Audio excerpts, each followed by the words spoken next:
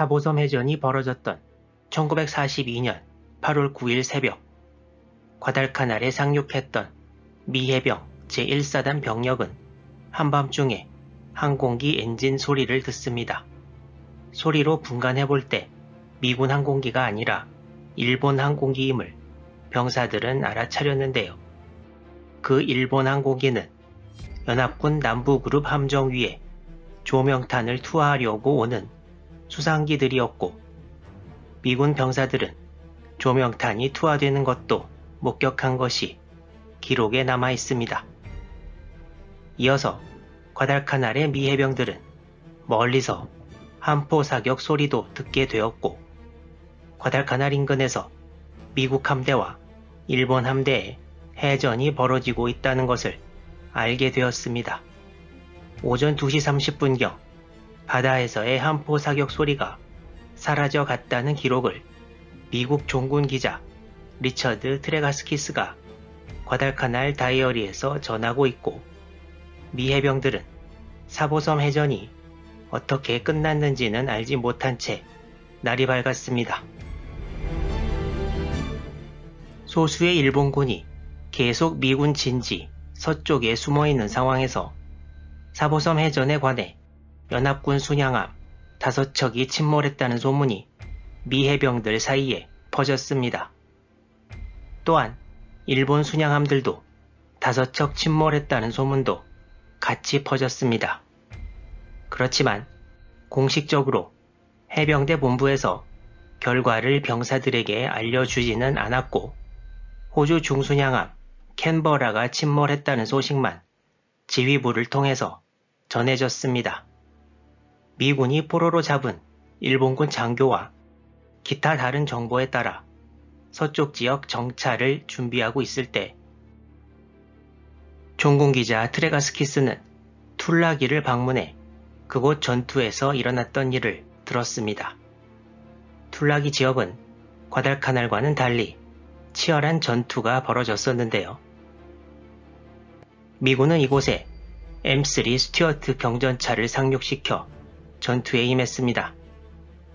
이때 마땅한 대전차 무기가 없던 일본군은 쳐들어오는 경전차를 보자 크로우바, 빠루를 궤도에 끼워서 기동 불능을 만들려고 했고, 포대 등에 기름을 끼얹어 탱크에 불을 붙이려고도 했고, 과장된 표현이었겠지만 소리를 지르면서 주먹과 칼로 탱크를 두들기기도 했다고 합니다.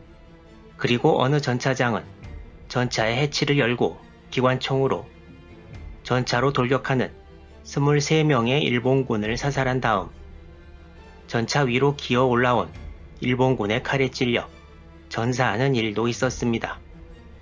과달카날에서는 이런 일본군의 저항이 없던 것이 사실이어서 정찰대도 툴라기 쪽 미 해병들과는 다른 경험과 생각을 가지고 일본 진영으로 가게 되었습니다.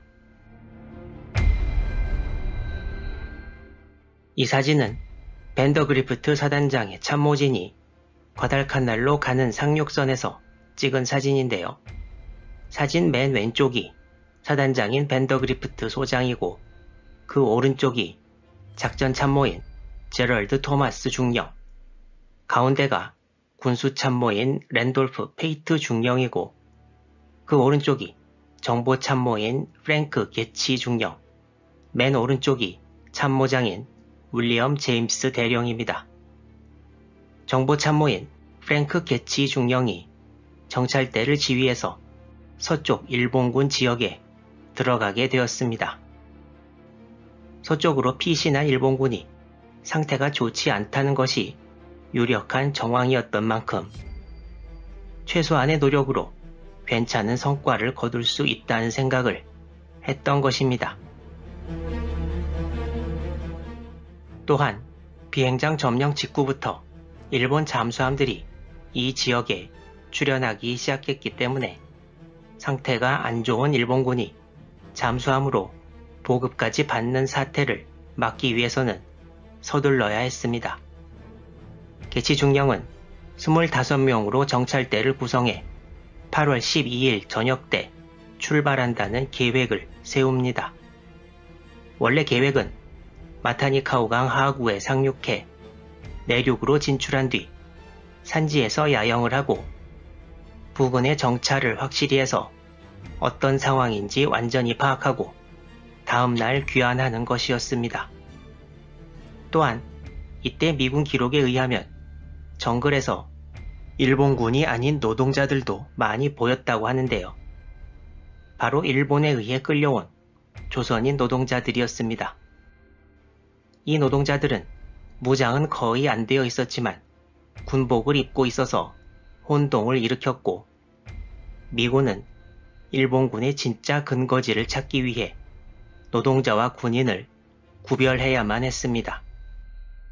이 노동자들이 정글을 헤맨다는 것은 일본군 진지에 못 들어갔다는 것을 뜻하고 몇몇은 미군에 항복했지만 대부분은 굶어 죽었을 것으로 미국 측 기록에서 보고 있습니다. 또한 개치 정찰대의 작전 목표 중 하나가 굶주린 채 정글에서 헤매는 조선인 노동자들 일부를 구하기 위해서라는 언급도 미국 측 기록에 있습니다. 8월 12일 저녁 개치 정찰대는 탱크 운반용 수송선에 몸을 싣고 출발했습니다. 그렇지만 상륙을 할 즈음 문제가 생기고 말았습니다.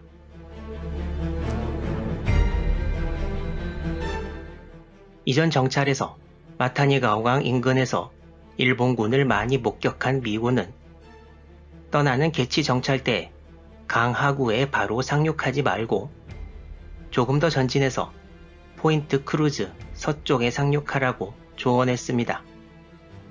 하지만 개치 정찰대는 이 같은 조언에도 불구하고 8월 12일 밤 10시경에 마타니카우강 하구에 수송선이 좌초하는 바람에 포인트 크루즈 동쪽에 상륙하고 맙니다. 그리고 수송선이 운항과 상륙 과정에서 너무 큰 소음을 내는 바람에 근처의 일본군은 미군의 존재를 재빨리 알아차리고 해안에서 약 180m 안쪽으로 들어온 정글에 숨어서 방어선을 구축합니다. 개치 중령은 해안지대에 방어진지 확보를 명령한 뒤 장교 2명을 데리고 직접 정글 안쪽을 정찰하기 위해 나서지만 일본군이 일행에 바로 사격을 가해 개치 중령은 머리에 총상을 입고 전사합니다. 같이 간 장교 2명은 바로 도망쳐서 귀환하고 다시 정글로 병사들을 보내서 개치 중령의 시신에서 시계와 계급장을 떼서 돌아옵니다. 정찰대는 지휘관을 순식간에 잃고 해변에서 꼼짝달싹 못하는 상태가 되었습니다. 지금 보시는 이 사진도 과달카날 전투가 배경인데요. 1942년 8월 12일 밤에 개치 정찰대의 상황이 이 사진과 비슷했습니다. 일본군은 계속 사격을 가했지만 미군은 어두운 정글에 숨은 일본군을 발견할 수 없었습니다. 미군은 특단의 대책을 사용하기로 합니다. 오후 10시 30분경 해병 한 명이 수영으로 미군 지역까지 가서 지원을 요청하기로 했습니다. 이 해병의 이름은 찰스 아른트 병장이었고 아른트 병장이 다시 돌아가야 할 거리는 정찰대가 출발한 룽가 포인트까지 약 8km.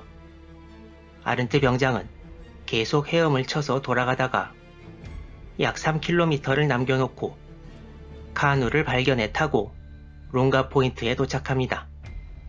이때가 8월 13일 오전 5시경이었습니다.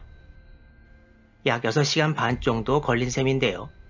그 시간 동안 해안에 발이 묶이고 공격을 당한 정찰대는 어떻게 되었을까요?